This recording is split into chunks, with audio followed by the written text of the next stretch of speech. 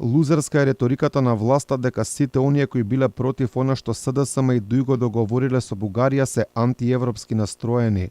Владеачката гарнитура на тој начин порачува дека дури 80% од македонците кои се противат на францускиот предлог се против Европската унија. Според политичкиот аналитичар Александар Ристевски, тоа покажува дека власта прифатила нешто за кое не може да гарантира дека ќе го исполни, што можеме да го видиме и сега, а ваквите обиди се колку толку преку зборови да го спасат својот рейтинг кој е во слободен пат. Ова е лузерска реторика, можем да кажем, на луѓе кои очигледно деновите им се одброени, луѓе кои после 7 години владење како политичка структура севкупно покажуваат знаци на слабост, знаци на кризирање и во недостаток на аргументи, во недостаток на средства како да се оправат тие, замки во кои влегле самите, нормално оди со она реторика на сатанизирање на условно речено противникот, иако мислам дека не сваќа дека всушност со таков напад си прават себе си контраефект. Според Ристевски не постои ниту една партија, ниту граѓанин кој е против Европската унија. Вели граѓаните ги сакаат европските вредности, сакаат подостоен живот, повисоки плати, само се противат на европска интеграција под овие услови и бугарски диктат кој власта предводен од Димитар Ковачевски ги прифати.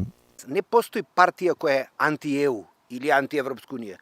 Имаше една партија од тие кои се парламентарни која е пример против НАТО, како што е Левица, но ни една партија, ни еден политички субјект, барем не тие кои се парламентарни, не е против интеграција на Македонија западноевропска. Македонецот сака стандарди за живот, сака стандарди и квалитети на живење, намалена бучава, загаденост, повисоки примања, почитување на работните часови, платен прекувремен труд, работнички права.